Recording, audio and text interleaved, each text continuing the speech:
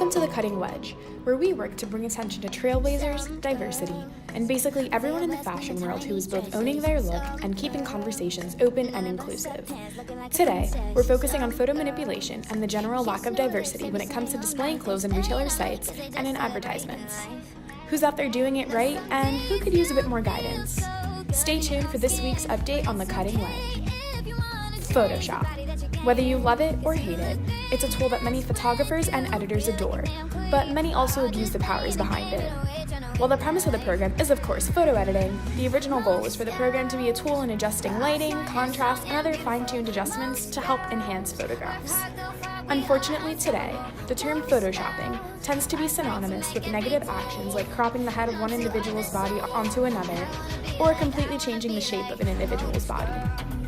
Now, I'm not saying that Photoshop is the sole culprit in this situation. For that, I blame society and their often unrealistic beauty standards and unacceptable habit of sexualizing and obsessing over the physical appearance of both male and female bodies.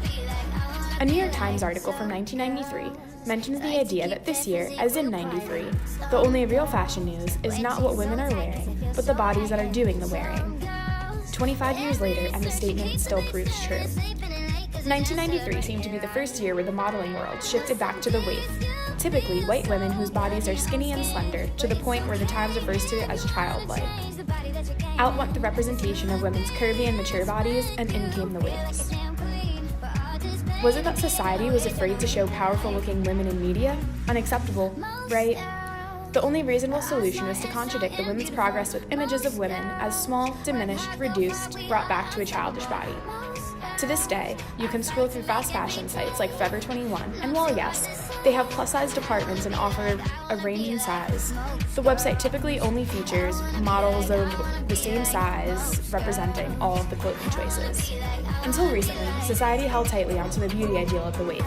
It's contributed to a slew of issues ranging from disordered eating to serious problems with body image and self-esteem.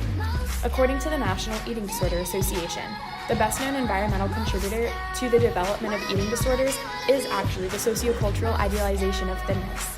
Anorexia is the third most common chronic disease among young people after asthma and type 1 diabetes. In one study of patients who were hospitalized due to their eating disorders, 97% of individuals had co-occurring mood or anxiety disorders, such as major depression, obsessive-compulsive disorder, and alcohol or substance abuse disorders. Society's and the fashion world's idealization of thinness is a real problem, and it's time to fix it. Companies like Aerie, Missguided, and Refinery 29 have all recently launched campaigns to help draw attention to these issues in their own ways.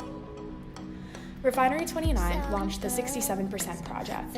Essentially, their goal is to draw attention to the fact that 67% of the women in America are plus size as far as the fashion world is concerned, yet plus size women make up less than 2% of the women we see in media.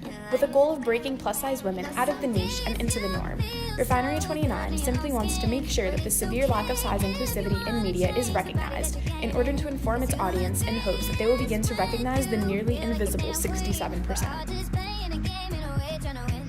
Meanwhile, companies like Aerie have launched campaigns like Aerie Real, where they not only make a promise to offer a wide range of size and style within their collections, but also make sure their advertisements feature unretouched women.